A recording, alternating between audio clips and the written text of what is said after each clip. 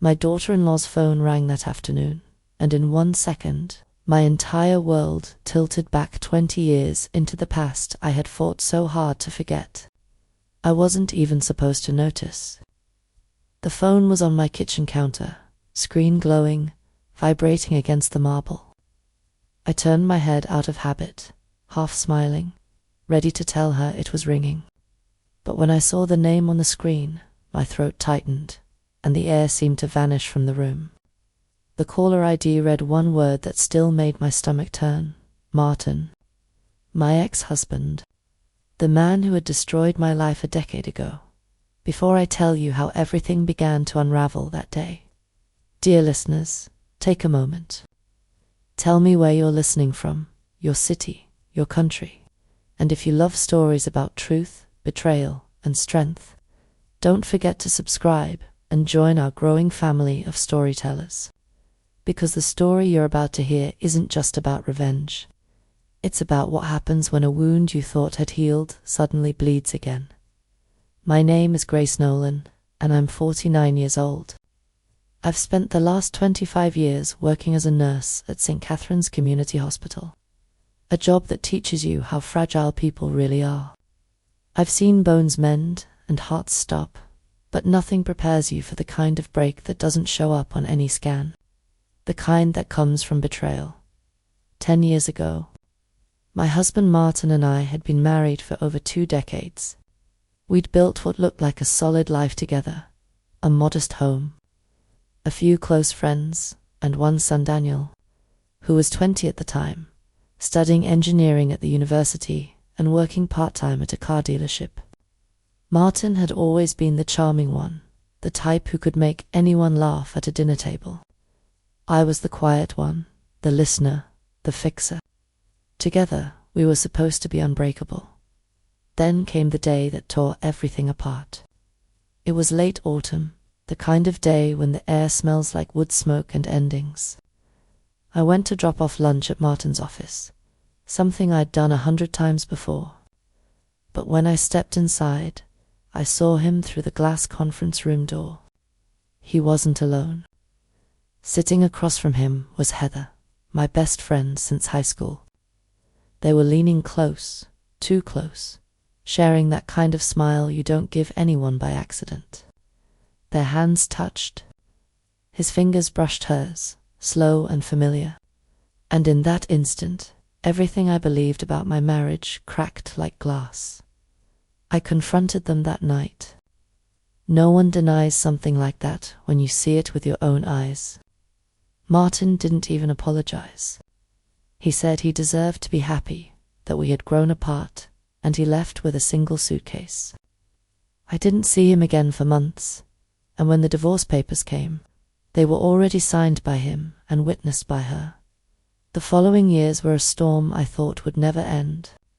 Daniel was angry, not just at his father, but at the world. He dropped out of college for a while, worked odd jobs, and helped me keep the house. I worked double shifts, paid off debts, and pretended I wasn't broken. I told myself every night, Grace, you've survived worse, even though I hadn't. But eventually, life began to move again. Daniel went back to school, finished his degree, and built a small life of his own. I learned to breathe again. Then came Leela. Daniel met her at a business seminar in the city. From the moment I saw her, I knew she wasn't like the women he'd dated before. Lila had that sleek, confident, air-perfect hair, expensive perfume, and eyes that always seemed to be calculating something. She was polite, but her words always came with an edge, like she was measuring how much respect you deserved before deciding how sweetly to smile. Still, my son adored her, and I told myself to be grateful he'd found someone who made him happy. They married 2 years later in a small, but lavish ceremony. I stood in the front row, watching my son beam like the sun itself.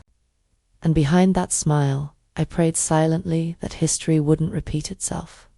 Lila visited occasionally, though never for long. She was always too busy, too tired, or between meetings. When she did come, It felt like an obligation more than affection. She'd sit in my kitchen with her phone in hand, scrolling through work messages, nodding politely while I tried to talk. I told myself not to take it personally. Times had changed after all. But that afternoon felt different. She arrived with a bright smile and a box of pastries, saying she wanted to spend time, just us girls. I remember thinking it was a nice surprise. Maybe we were finally starting to understand each other. We sat at my kitchen table with tea and small talk. I asked about Daniel's new job, and she answered quickly, eyes darting to her phone every few minutes. She laughed a little too loudly, her hands fidgeting. Something about her energy felt off. When her phone buzzed, she excused herself and stepped outside, saying, "Just a quick work call." She left her phone on the counter. I didn't mean to look at it just lit up right in front of me. The name on the screen glowed clear and cruel in the afternoon light, Martin. And below it, the photo older, grayer but unmistakable. My ex-husband. For a second, I forgot how to breathe. My heart slammed against my ribs. It felt like standing on the edge of an old wound that had suddenly reopened. The phone vibrated again, relentless, as if demanding that I face what I'd spent years burying. When Lila came back, her voice was bright, too bright. "Sorry, that was a client," she said, slipping the phone into her bag with trembling hands. Persistent one. Our eyes met, and for the briefest second, I saw something flicker in her sphere. I didn't say a word. I smiled, poured her more tea, and listened as she rambled about future plans. But inside me, everything had gone still. Years of quiet healing turned into a single, cold realization. My ex-husband, the man who once swore he'd never come near us again, was back, and somehow he was tied to my son's wife. After she left, I stood in the doorway, watching her car disappear down the road, the echo of that name still ringing in my ears. I turned back to the kitchen, to the spot where her phone had been, and whispered, "What have you done, Leela?" That night, I couldn't sleep. I kept replaying every word, every look, every small, strange thing about her I'd ignored. I realized then that peace had been an illusion, and whatever this was, it wasn't just coincidence. It was a warning, as the clock struck midnight. I looked out the window into the quiet street and said to myself, "You took everything from me once, Martin. Not this time."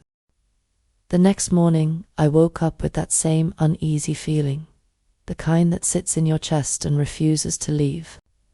The memory of Leela's phone glowing on my counter, the name Martin staring back at me like a ghost from the grave, haunted every thought.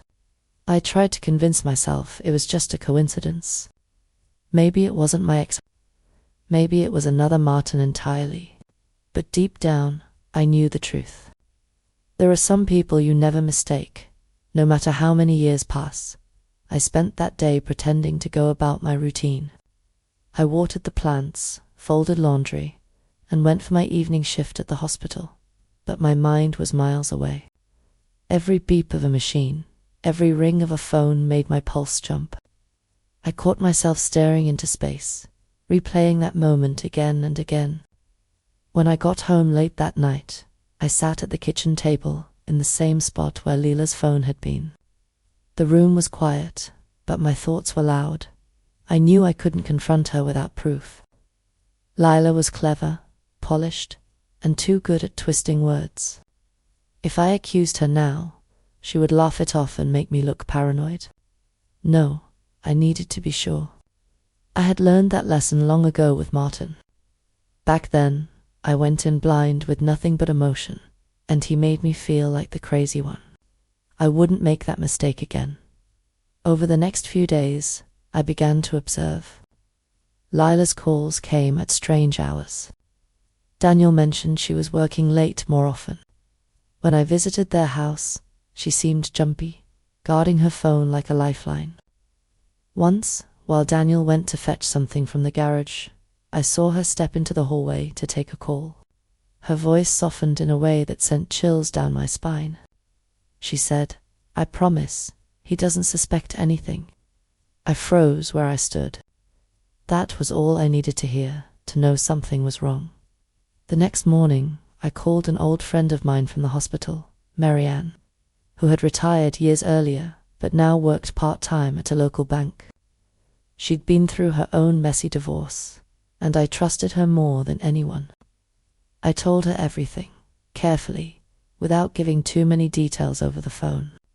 She listened quietly and said, "Grace, come see me tomorrow morning. Bring whatever you can find." That night, I went through my old files. Martin's last known business address, his social security number from the divorce papers, the last account statement I'd ever seen with his name on it. It was like unearthing the bones of a life I thought I'd buried.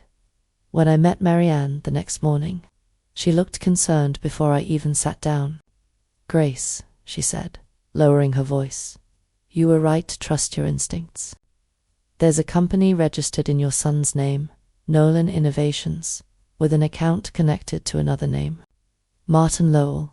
Hearing his full name again made my stomach turn. "Are you sure?" I asked, gripping the edge of her desk. "Completely," she said. "And the thing is, the account has been seeing large transfers from Daniel's personal account. Consistent withdrawals, every 2 weeks. Someone is moving money, Grace." I sat there frozen. My son's hard-earned savings, the money he worked so long to build, was being funneled into a company linked to the man who once tore our family apart. And the one person who had access to his personal accounts, who handled his business papers and helped him file things online, was Leela. I left the bank that day feeling a kind of anger I hadn't felt in years. Not loud, not wild, but cold and sharp, the kind that settles in your bones. My first instinct was to run straight to Daniel, to tell him everything. But then I remembered who I was dealing with. If I went in too fast, she'd turn it on me. She'd paint me as the bitter ex-wife, the overprotective mother who couldn't let go. She'd twist Daniel against me, the way Martin once twisted me against my own sense of reason. No, this time I would be smarter. That evening, I called another old friend, Detective Raymond Holt, a man I'd helped recover from surgery years ago. I hadn't spoken to him in a long time, but he still owed me a favor. When I explained the situation, he didn't interrupt once. When I finished, he said, "Grace, if what you're telling me is true, your daughter-in-law and your ex-husband are committing financial fraud. But we'll need evidence, real evidence." I spent the next week collecting it. I took notes, discreet photos of documents Leela left lying around, and even recorded a few of her suspicious calls on speakerphone when she visited. Once, I heard her whisper, "Don't worry, Martin. He has no idea. It's working perfectly." My heart broke at the sound of that name on her lips. How could history repeat itself like this? Each night, I looked at Daniel's old photos, his graduation, his wedding, and felt a mix of love and sorrow. He had inherited my gentleness, my belief in people. But that also made him easy prey for manipulators like his father. It wasn't fair. I had worked so hard to shield him, and yet, somehow, the poison had found its way back. One evening, after gathering enough evidence, I met with Detective Holt at a quiet diner off Main Street. I slid a small folder across the table. Screenshots, account numbers, voice recordings, everything I'd found. He went through it carefully, page by page. When he finished, he nodded. "This is more than enough to start an investigation. We'll open a case quietly and monitor the transfers. If they try to move any large sums again, we'll freeze it immediately." I nodded, my hands trembling as I took a sip of cold coffee. "I don't care about the money," I said quietly. "I care about my son. He's about to lose everything, just like I did. Holt looked at me with that weary sympathy only seasoned cops have. Grace, you've already done more than most people would. But you need to be prepared. When this comes out, it's going to get ugly. Are you ready for that? I smiled faintly. I was a nurse for 25 years, Raymond. I've cleaned wounds you wouldn't believe. I can handle ugly. Over the next few days, I played the role of the clueless mother. Leela came by once or twice, bringing small gifts and fake smiles. I served her tea, asked about her business, and listened to her empty chatter. But inside, I was watching her every move, waiting for her to slip. And then, she did. Daniel called me one night, his voice heavy with exhaustion. Mum, something's weird with our accounts. Leela says there's been a banking error, but I don't know. Thousands of dollars are missing. I gripped the phone so tightly my knuckles turned white. What did she say happened? She said her business partner, some consultant she's been working with, made a withdrawal by mistake. But she promised she'd fix it soon.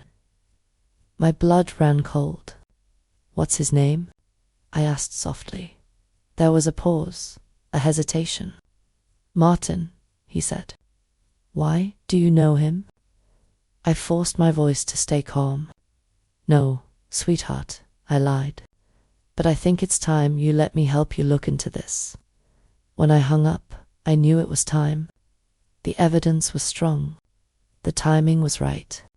And for the first time in years, I didn't feel powerless. I felt steady, focused.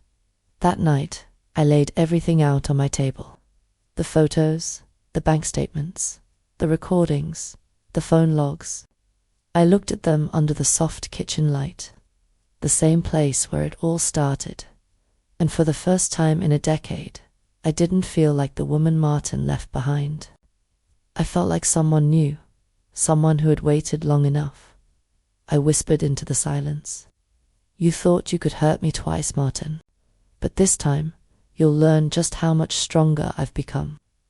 Outside, the rain began to fall softly, tapping against the window like a slow drumbeat. It felt like a warning and a promise. The storm outside had died by morning, but inside me, the storm was just beginning. That day, I woke up knowing something was going to break. Maybe it was fate, or maybe it was just years of suppressed truth clawing its way to the surface. But I could feel it in my bones. Today was the day everything would come crashing down. Detective Holt had called me the night before. His tone was calm, professional, but under it was the unmistakable edge of urgency. Grace, he said, we've traced another transfer attempt. Leela and Martin are trying to move $50,000 into a new offshore account. We'll intercept it. But we'll need Daniel to be present when the confrontation happens, for legal verification. For legal verification. Those 3 words echoed in my head all morning. I'd spent a decade staying silent, holding back my anger, pretending to be small so others wouldn't feel guilty about what they'd done. But not today. I dressed in quiet determination. My nurse's instincts took over, calm, steady hands, clear mind. I wasn't going into a fight. I was going into surgery, and the wound I was about to open was long overdue. By afternoon, Holt and his team were set up discreetly. 2 plainclothes officers waited nearby in unmarked cars. Daniel and Leela were coming over for dinner, a casual family evening, or so they thought. I had cooked his favorite meal, roast chicken with lemon and herbs, the one I used to make when he was little. The smell filled the house, warm and familiar, masking the cold precision of what was about to unfold. At exactly 7 o'clock, their car pulled up. I watched them through the window. Daniel looked tired, worn down by confusion and stress. Leela, on the other hand, stepped out smiling, her designer coat shimmering under the porch light. She walked like a woman who believed she was untouchable. "Mum," Daniel said as he stepped in, hugging me tightly. I felt his heart racing. Everything okay? Everything's fine, I said gently, brushing his shoulder. Dinner's ready. Leela kissed me on the cheek, polite, distant. Smells amazing, Grace, she said, glancing around the room as if she owned it. You really should consider hosting more often. You have such old-fashioned charm. Her words were honeyed, but her tone was sharp. I smiled faintly. Thank you, dear. Why don't you both sit down? There's something we need to talk about before we eat. The color drained from her face for the briefest second. Just a flicker, but I saw it. That instinctive fear when a liar senses the truth closing in. Daniel frowned. What's going on? I took a deep breath. Daniel, I need you to stay calm. And Leela, I suggest you listen carefully. I reached for the small folder sitting on the counter, the one Detective Holt had given me that morning. I placed it on the table between us. Leela's eyes darted toward it. What is this?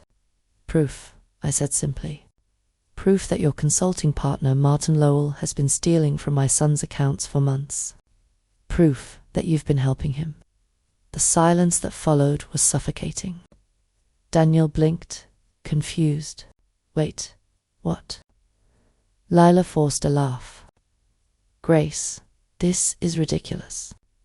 You can't seriously think, don't, I cut in sharply. Don't insult my intelligence. I was married to that man for 20 years. I know exactly what he's capable of. And now I know what you are too.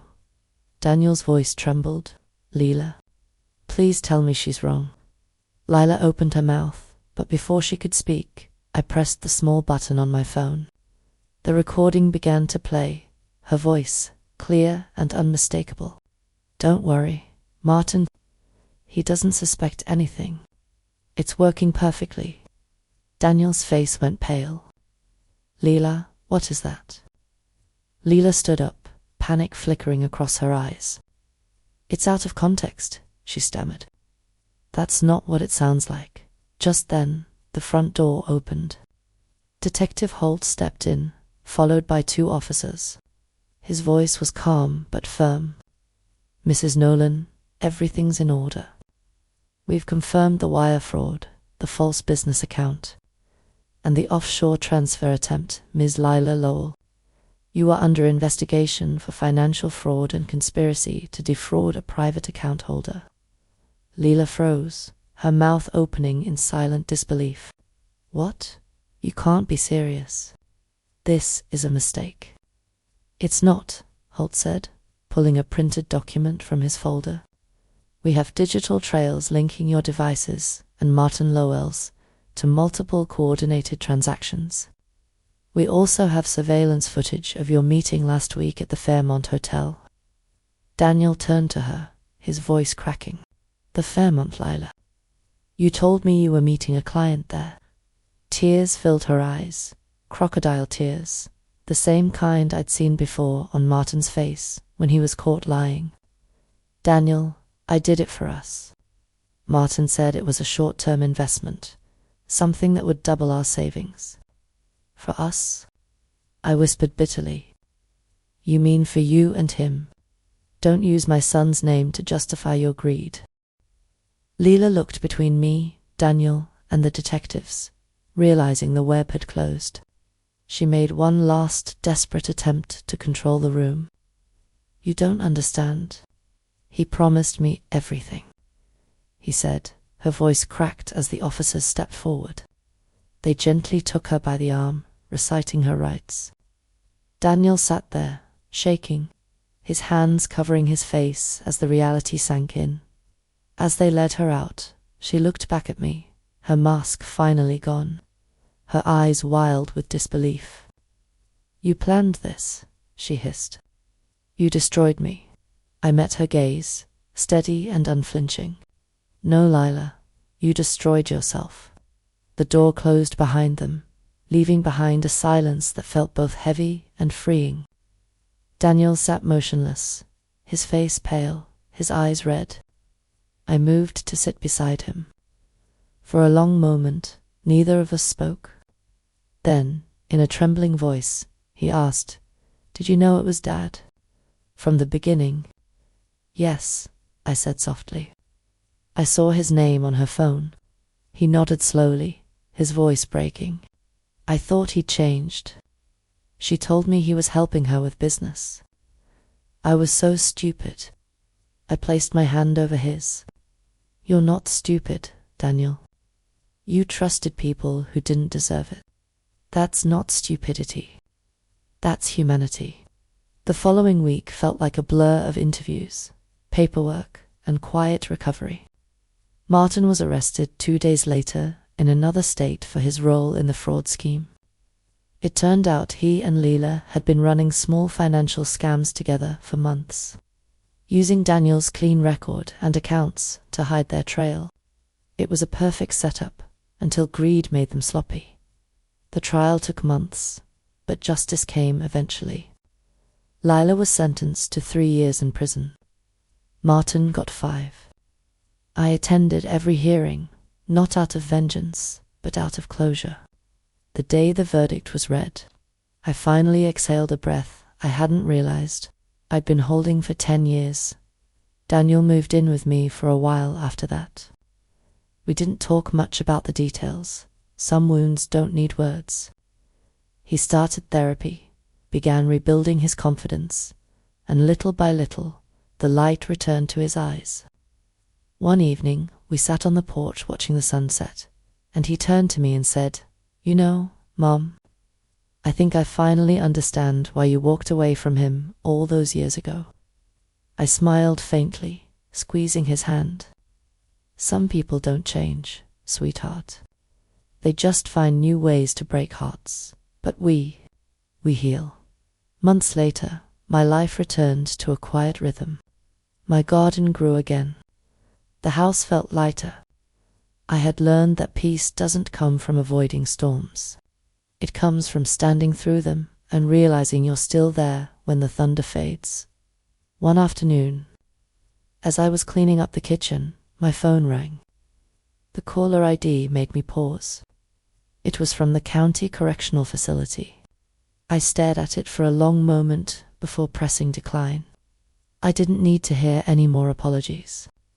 Some chapters close best in silence. That evening, as the sun dipped below the trees, I poured myself a glass of tea and sat on the porch where it had all begun. I watched the light fade and smiled quietly to myself. "You thought you could break me twice," I whispered into the wind, "but you only reminded me how strong I've become." And that's how it all unfolded. 10 years of silence, one unexpected phone call, and the truth that finally set me free. Sometimes life brings the same storm twice, but the second time, you're strong enough to stand in the rain. Thank you, dear listeners, for staying with me through this journey. Your support means more than words can say. If this story moved you or made you reflect, take a moment to click the like button and share it with someone who might need a little courage. Today, don't forget to subscribe to our channel for more real-life inspired stories filled with emotion, lessons, and strength. And in the comments below, tell me, where are you listening from tonight? I always love knowing how far our stories travel. Until next time, stay kind, stay brave, and remember, the truth always finds its way home.